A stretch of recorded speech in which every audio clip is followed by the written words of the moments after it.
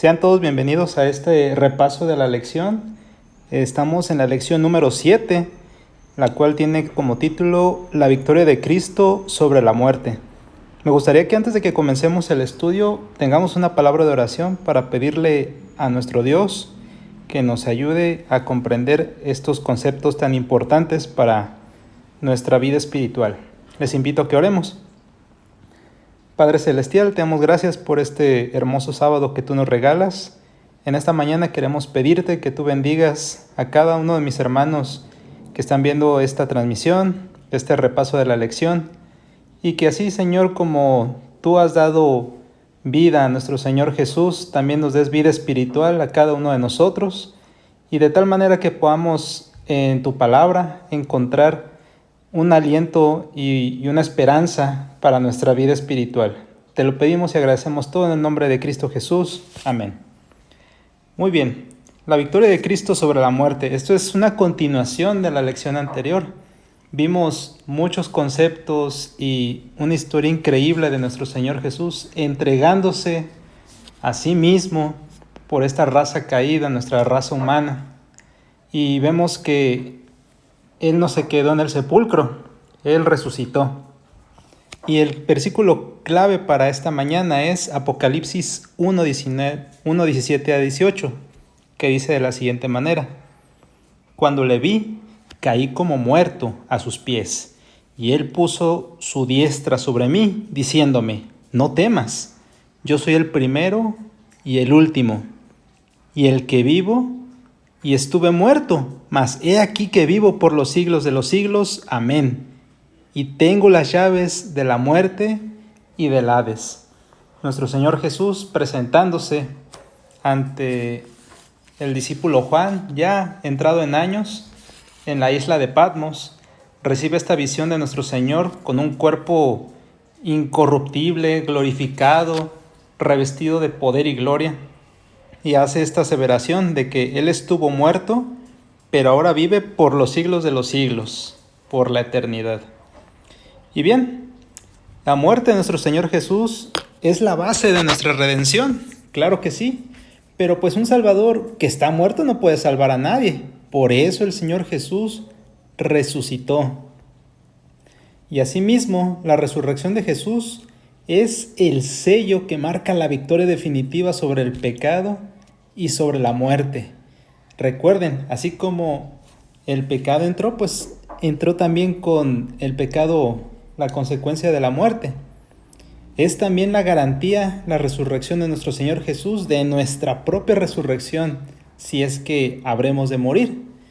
Y aquellas personas que ya descansan en el Señor también se verán beneficiadas de esta garantía. Nuestro Señor Jesús resucitó y Él podrá resucitar a todas aquellas personas que descansan en el día postrero.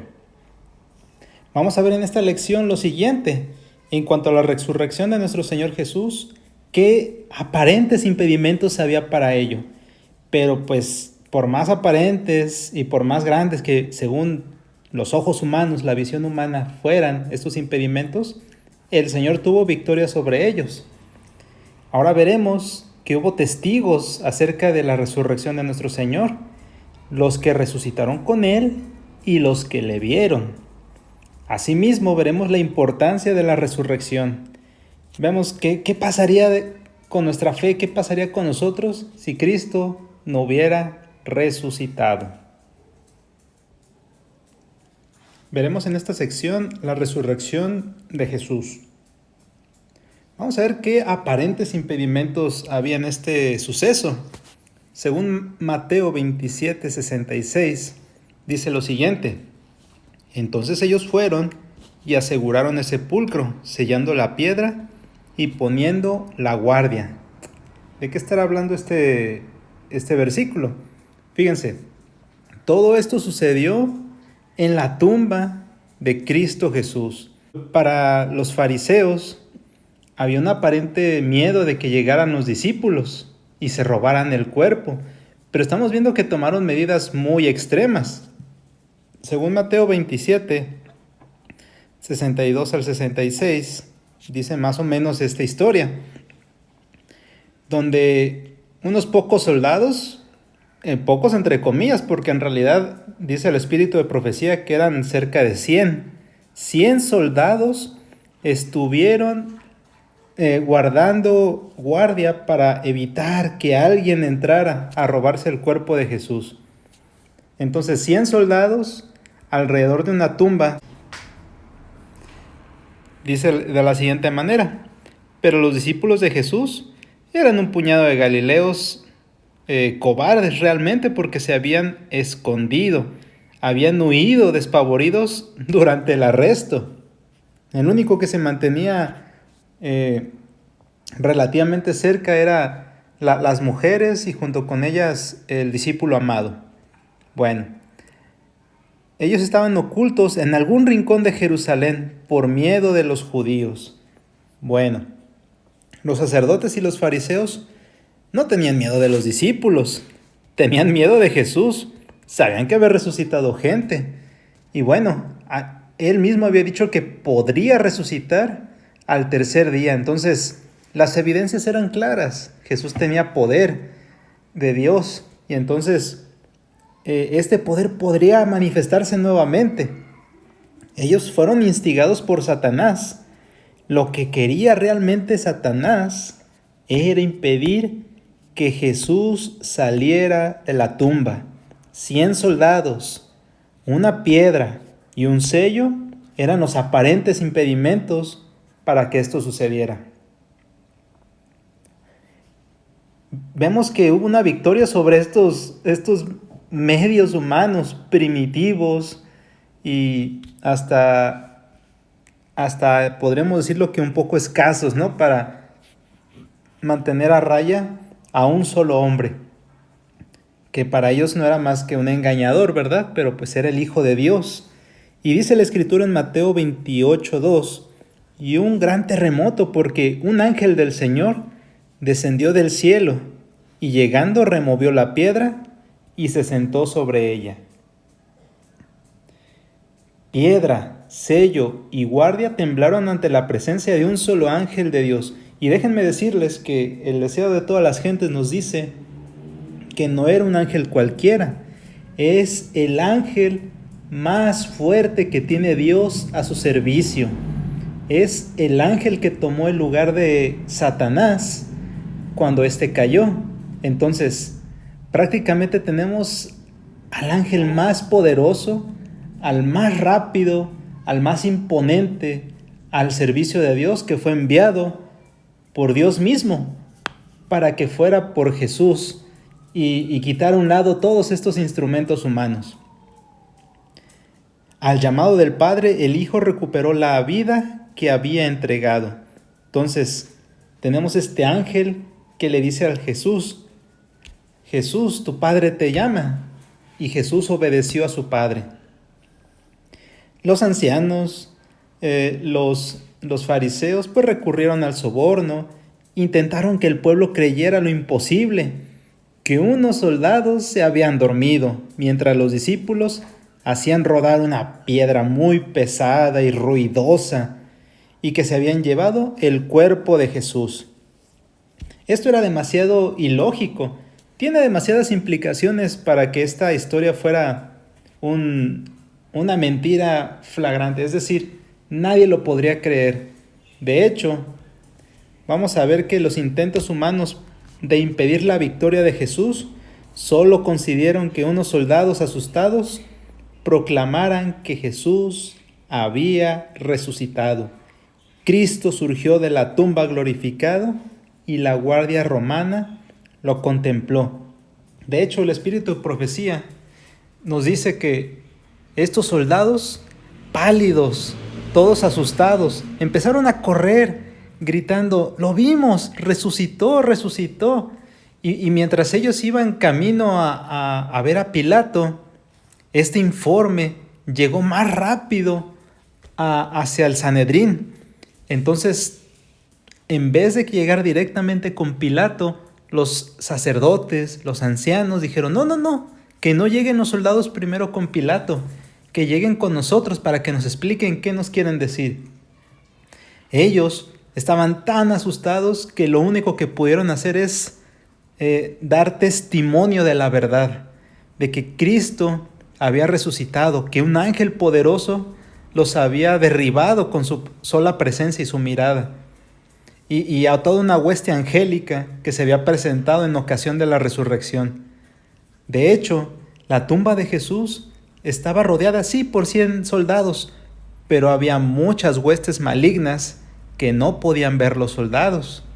Y esto es aún más interesante. Había huestes angélicas que no podían ver ni los soldados ni las huestes malignas. El Señor los ocultó a todos ellos, y cuando llegó el ángel más poderoso de todos ellos, como si fuera comandante, se reveló ante todos ellos el poder del cielo.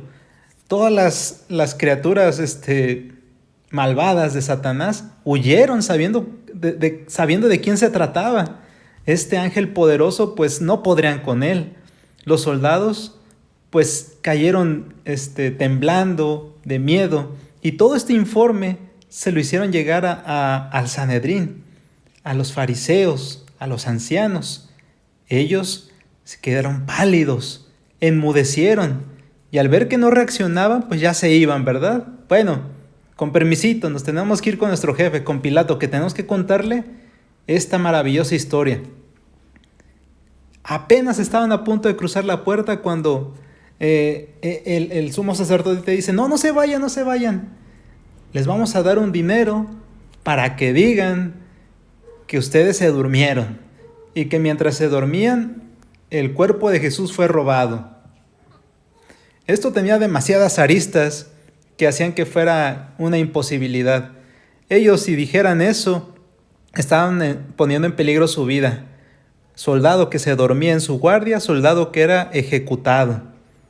Asimismo, era imposible que estas personas se llevaran el cuerpo de Jesús, porque ¿cómo habrían de mover, como dice esto, una piedra ruidosa y no despertar a los soldados?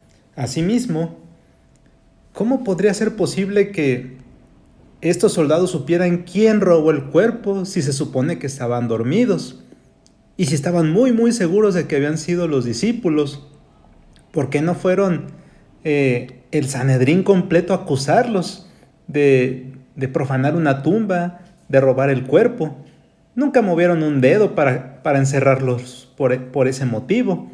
Asimismo, si estos guardias se habían dormido durante su misión, ¿por qué no fue el Sanedrín a acusarlos ante Pilato? Esto era demasiado mentiroso para que se lo creyera Pilato, y de hecho, Pilato los entrevistó. Dice el espíritu de profecía que después de que contaron esa mentira en frente de los fariseos, los entrevistó en privado y les dijo: bueno, ya estuvo bueno de mentiras, díganme ahora sí la verdad. Le contaron todo a Pilato, y Pilato quedó tan perturbado que decidió no hacer nada al respecto. De por sí ya estaba intranquilo por haber condenado a un hombre inocente. Ahora, al saber que era el Hijo de Dios y que el cielo estaba interesado en todo esto, pues dejó que prosiguiera todo con naturalidad. Sin embargo, se nos asegura que nunca más volvió a tener paz en su vida. Y aparte de todos estos soldados que fueron testigos de la resurrección de nuestro Señor, dice Mateo 27, 52 al 53, y se abrieron los sepulcros, y muchos cuerpos de santos que habían dormido se levantaron, saliendo de los sepulcros después de la resurrección de él. Vinieron a la santa ciudad y aparecieron a muchos. Vemos que un terremoto removió las piedras de los sepulcros de algunos santos, pero pues permanecieron allí hasta el segundo terremoto, el que marcó la resurrección de Jesús y la suya. A diferencia de la hija de Jairo o de Lázaro, que resucitaron para volver a morir, estos santos resucitaron incorruptibles y ascendieron con Jesús al cielo. Pero antes de ascender, se presentaron a muchos en Jerusalén, testificando de la resurrección de Jesús. Imagínense, estas personas pues ya no tenían un cuerpo pues no sabemos cuántos años tenían, capaz que ya estaban bastantes deformes, bastantes degradados, incluso quizás algunos ya estaban hechos polvo. Pues ahora ellos ya tenían un cuerpo glorificado y pudieron dar testimonio de la resurrección de ellos y la de nuestro Señor Jesús. ¿Quiénes vieron a nuestro Señor Jesús? Ha resucitado el Señor verdaderamente y ha aparecido a Simón. Esto nos dice Lucas 24:34. El Nuevo Testamento nos habla de que vieron a Jesús resucitado y se convirtieron en testigos de la resurrección. Muchas personas, pero ¿quiénes son? Para empezar, tenemos un grupo de mujeres que fueron a tratar de darle un tratamiento al cuerpo del Señor, ¿verdad? Tenemos obviamente la Guardia Romana, que ya hablé bastante al respecto, María Magdalena, tenemos a los discípulos de Emaús, que se iban muy, muy tristes, ¿no? Y hablando de este asunto, y Cristo Jesús se les apareció en el camino, hablándole de todo lo que decía la Escritura acerca de él, pasando por Moisés y todos los profetas, ¿verdad? Tenemos a Pedro cuando se le dice: Pedro, ¿me amas? 3 veces. Señor, tú sabes todas las cosas. Bueno, apacienta mis ovejas, Pedro. Las personas que estaban reunidas en el aposento alto le vieron, pero pues ahí estaba Tomás incrédulo, ¿verdad? No voy a creer hasta que ponga mis manos y mis dedos en sus heridas, las de las manos, las de los pies, en el costado. Después regresó, pero con Tomás presente, y el Señor le dice: corrobora por ti mismo, pero déjame decirte que son más felices aquellos que creyeron sin haberme visto. Tenemos también una aparición a 500 personas, a Jacobo, el hermano de Jesús, y finalmente dice Pablo que él se siente como un abortivo, ¿verdad? Como el último, el pilón que pudo ver a nuestro Señor Jesús resucitado, cuando iba camino a Damasco y cae, ¿verdad? Cae al suelo, y Jesús le dice: Saulo, Saulo, ¿por qué me persigues? Y bueno, se presenta como Cristo Jesús, ¿verdad? Todas estas personas fueron testigos y dieron testimonio de un Salvador resucitado. Por la fe también nosotros somos testigos de que Jesús ha resucitado. Ahora, ¿por qué es importante este tema de la resurrección para nosotros como cristianos, como adventistas del séptimo día? Bueno, ¿qué pasaría si Cristo no hubiera resucitado? Dice 1 Corintios 15:20. Mas ahora Cristo ha resucitado de los muertos, primicias de los que durmieron es hecho. Bueno, las primicias nos ayudan a entender que desde atrás, cientos de años atrás, se observaba un rito, se observaba un tipo de fiesta para darle gracias a Dios por los primeros frutos de una cosecha. Bueno, las primicias eran una ofrenda que se presentaba ante Dios de lo primero y de lo mejor que se producía en el campo y representaba a toda una cosecha. Bueno, en 1 Corintios 15 se nos dice que si Jesús no resucitó, nuestra fe pues no tendría sentido. Pero porque Jesús ha resucitado, vemos que nuestra predicación tiene sentido.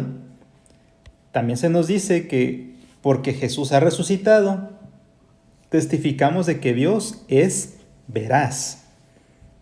También nos da testimonio de que creemos que también nosotros resucitaremos en el día postrero. Tenemos fe en el perdón de los pecados. Veremos a aquellos que la muerte pues nos arrebató como consecuencia del pecado, ¿verdad? Tenemos también esperanza de una vida mejor. Y finalmente la resurrección de Jesús nos asegura la victoria sobre el último enemigo, la muerte. Mis hermanos, nuestro Señor Jesús, la mañana de la resurrección, por eso le había dicho a María Magdalena: ¿Recuerdan ese episodio? María, triste porque no vio al Señor Jesús, empieza a llorar en el jardín y entonces escucha al Señor Jesús y le dice, pensando que era el hortelano, ¿verdad? Señor, si te has llevado el cuerpo de mi maestro, dime dónde está, por favor. Hasta que Jesús le dice, María. Y ella reconoce la voz del Señor Jesús, maestro. De hecho le dice Raboni como en el hebreo original, ¿verdad? Pero en realidad era reconocer a su maestro y quiere ir a abrazarlo, quiere expresar su gratitud hacia él. Pero el Señor Jesús le dice, no, María, no me toques porque aún no he ascendido al Padre. Muchos dirán, este Jesús ha cambiado, ¿verdad? Antes convivía más, pero en realidad lo que el original griego quiere decir es, no me detengas. Es decir, sé que estás muy emocionada, pero estoy haciendo una pequeña pausa para saludarte y para consolar tu tristeza. En realidad, me estoy yendo al Padre. Dice, voy pues a mi Padre y a vuestro Padre. Dile a los demás que me has visto, dales esta buena noticia. Bueno, ¿por qué era la premura de Cristo Jesús de irse? ¿Por qué no quería que María lo detuviera?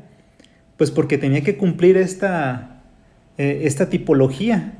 Él era la primicia. Él se tenía que presentar ese día ante su Padre, porque sí se había hecho durante cientos de años. Y si esta primicia era aceptable ante el Padre, entonces el sacrificio de nuestro Señor tendría validez y garantía para el perdón de nuestros pecados. Por eso estaban en juego muchas cosas. Y el Señor, en medio de todo este tiempo tan apremiante, se conmueve de María y se hace un minutito para saludarla y darle fe y esperanza y convertirla en un testigo auténtica de que Cristo ha resucitado. Qué bello es analizar esto, ¿no, mis hermanos? Cristo Jesús, aún en medio de las prisas que tiene por resolver el problema del pecado, se conmueve de cada uno de nosotros y nos habla como un amigo, como un maestro, como un padre. Si tú crees que el Señor Jesús está muy ocupado, pues sí lo está, pero ¿qué crees? Él se toma un tiempo personal contigo y te dice, no sé, Álvaro, Moisés, Enrique, Carlos, como te llames, te habla a ti personalmente y vas a reconocer su voz mientras estés en oración, estés estudiando la palabra de Dios. Vamos a terminar con esta bella cita del deseado de todas las gentes, la página 729. Cristo resucitó de entre los muertos como primicia de aquellos que dormían. Estaba representado por la gavilla agitada, y su resurrección se realizó en el mismo día en que esa gavilla era presentada delante del Señor. Durante más de 1000 años se había realizado esta ceremonia simbólica. La gavilla dedicada a Dios representaba la mies. Así también Cristo, las primicias, representaban la gran mies espiritual que ha de ser juntada para el reino de Dios. Su resurrección es símbolo y garantía de la resurrección de todos los muertos, porque si creemos que Jesús murió y resucitó, así también traerá Dios con él a los que durmieron en Jesús. Recordemos que el Señor en Apocalipsis se representa como alguien que tiene una hoz muy afilada, ¿verdad? Y quiere ya cosechar a toda esta mies, a todos estos frutos que están listos para ir al cielo. Pero antes de que eso sucediera, Él mismo se presentó como primicia ante el Padre de todos aquellos que descansan en el Señor. Y a lo mejor no sabemos, quizás a ti y a mí nos toque ir al descanso y esperar al Señor en ese sueño que nosotros conocemos como muerte. Pero no tenemos nada que temer si creemos que nuestro Señor Jesús vivió una vida perfecta, murió por cada uno de nosotros y resucitó con poder y gloria para llevarnos a la Canaán celestial. Que el Señor te bendiga grandemente en este bonito sábado y que la esperanza de la resurrección sea una realidad en tu vida, en mi vida, en nuestra vida como hermanos. Te invito a que oremos para que el Señor nos bendiga y nos mantenga siempre unidos como un solo pueblo, creyendo en que el Señor Jesús viene por segunda vez. Vamos a orar. Señor Jesús, te damos gracias porque tú eres fuerte, poderoso, venciste a Satanás, venciste a la muerte, y tú vendrás con poder y gloria para llevarnos contigo en las nubes de los cielos hacia una vida feliz, una vida eterna, una vida lejos de toda esta tristeza que pasamos aquí. Mi Señor, te pedimos que esa fe y esa certeza, que aunque no la vemos en este momento, pueda ser una realidad en nuestra vida y nos impulse a hacerte fieles por amor, a obedecerte por amor y gratitud a todo lo que has hecho por nosotros.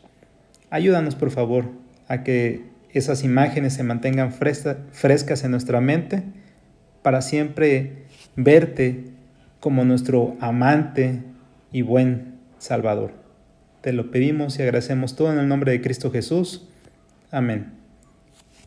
Bien, mis hermanos, que Dios les bendiga. Nos escuchamos el próximo sábado, si Dios lo permite.